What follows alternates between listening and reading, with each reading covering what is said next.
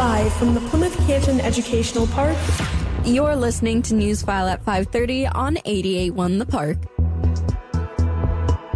I'm Sydney, and in tonight's news, the Dunning Foundation is helping nonprofits reach their donors, and you can learn about new alternatives for burials.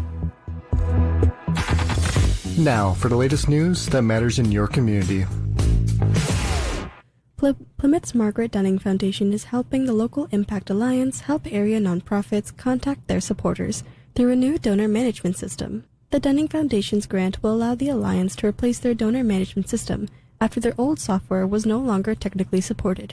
The new software will allow the Alliance to modernize their data processing and improve connection with donors.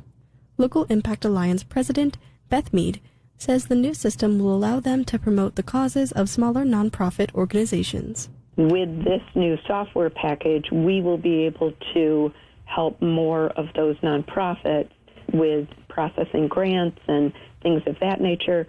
We can take on those things for them and do it more efficiently so that they can be out in the community doing the work that they intended to do all along. The Local Impact Alliance supports communities, foundations in Canton, Plymouth, and Westland, as well as the Giving Hope Women's Giving Circle and 120 individual funds. More information is at localimpactalliance.org. As funeral and burial costs continue to rise nationwide, a group advocating a more eco-friendly way to carry out funeral services will be part of the next installment of the Local Impact Alliance's Lunch and Learn series. The Zoom presentation will be led by Peter and Anna Quackenbush, and the owners of Michigan Burial, LLC. The pair will teach attendees about natural or green burials. Green burials are designed to encourage the natural process of decomposition without the non-biodegradable caskets of regular burials or the heavy gas usage of cremation. Lunch and Learn moderator David Hammond says the cremations may not be as environmentally friendly as many people believe. It turns out cremation, even though it's become the most popular method of burial and disposal of bodies, it's not very environmental. There's a movement afoot to find cleaner, greener options, as it were, and eco-burials is one of those. The presentation will take place on Wednesday, January 17th from 11:30 a.m. to 12:30 p.m. Registration is required to receive the Zoom link. More information is available by calling the Canton Community Foundation at 734-495-1200. The mistaken killing of hostages by Israel tops our look at world and national news tonight. Israel is facing pressure at home and from the international community over its campaign in Gaza. U.S. Defense Secretary Lloyd Austin visited Tel Aviv today and reiterated America's commitment to Israel while also pushing for the need to protect civilians from harm in the Gaza Strip. This comes after Israeli defenses accidentally killed 3 hostages in Gaza, and 2 women who were taking refuge in a church were also killed, sparking outrage. President Biden's approval is at an all-time low, with under a year to go before the 2024 election. A new Monmouth University poll released today shows that just 34% of Americans approve of Biden's performance in the White House, compared to 61% who disapprove. The president received particularly poor marks for his handling of immigration and inflation. Southwest Airlines will pay a $140 million fine for last year's holiday travel meltdown. That's 30 times more than any other fine for violating consumer protection laws.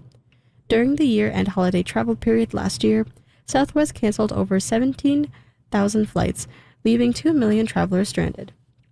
For Newsfile at 5:30, I'm Sydney. Your look at campus news is next. Dive into the worlds of Hollywood and Broadway this fall at the box office, where we bring Once Upon a Time and Happily Ever After straight to your radio. I'm Nadia, and every Monday from 6 to 7 p.m. I'll bring you the songs from movies and musicals you know and love, and ones you have yet to discover.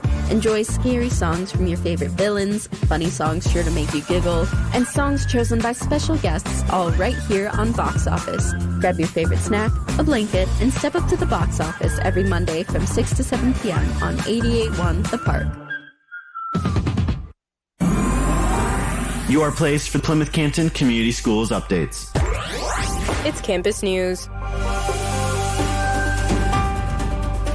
The P-CCS Families is excited to welcome Miss Jill Minnick to the district after she was hired to lead the Finance and Operations Department.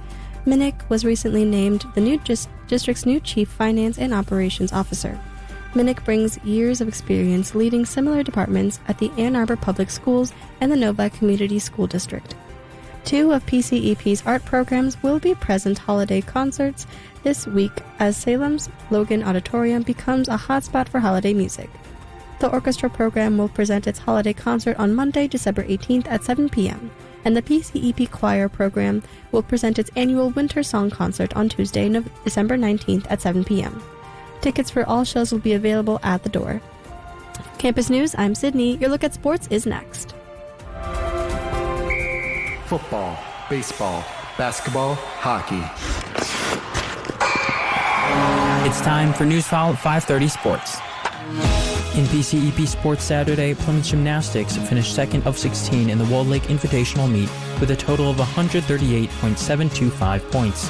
Today, both the Canton boys and girls bowling teams host Heartland, while the PCEP Penguins ice hockey team takes on Northville. Jared Goff connected on 3 touchdown passes to rookie Sam Laporta as the Lions defeated the Broncos 42-17 on Saturday at Ford Field. Goff completed 24 of 34 passes for 278 yards and 5 touchdowns in the victory. Jameer Gibbs led the backfield with 100 yards and a touchdown. Laporta says the offensive explosion was long overdue. We certainly don't think our brand of football is, the turnovers that you've seen. You could have said it was a statement game for us today. Like I said, we married up the round of the pass really well. I feel like we could have done anything out there on the field today, and it's a good win. The Lions clinched their first 10-win season since 2014. They can clinch a playoff berth if Seattle loses to the Eagles tonight. The Lions visit Minnesota this Sunday. The Pistons will try to stop their now 23-game losing streak tonight when they take on Trae Young and the Hawks in Atlanta. The skid stretched to 23 in a row with Saturday's 146-114 blowout loss in Milwaukee. The Pistons are now just 2-24 on the season. The Red Wings are back at home to battle the Anaheim Ducks tonight at LCA. Detroit will then visit Winnipeg on Wednesday before returning home to face Philadelphia on Friday. The Wings have lost 2 in a row and 5 of their last 6 overall after Saturday's 1-0 setback to the Flyers. The Wings sit at 15-11-4 overall. Michigan is headed to Charlotte to take on Florida tomorrow night in the Jumpman Invitational. The Wolverines have won 2 in a row following Saturday's rout of Eastern Michigan in Ann Arbor. For Newsfile at 5:30, I'm Leo. Traffic and weather is next. From M14 to I-94. Your look at traffic starts now. I-275 has very low speeds right now through the construction zone from M14 to Michigan Avenue. M14 is slow in the right lane after Sheldon Road, heading toward the I-275 interchange. That's all for traffic. Your look at weather is next. 88.1 The Park with your local weather forecast. We'll have windy conditions tonight with a chance for a coating to an inch of snow and a low of 25. The sun will be back tomorrow with a high of 36. Right now in Plymouth Canton, it's 29 degrees under cloudy skies. On your source for the best local news, 88.1 The Park. For Leo, I'm Sydney on Newsfile at 5:30. Stick around. The box office is next, followed by Plymouth and Canton's hit music.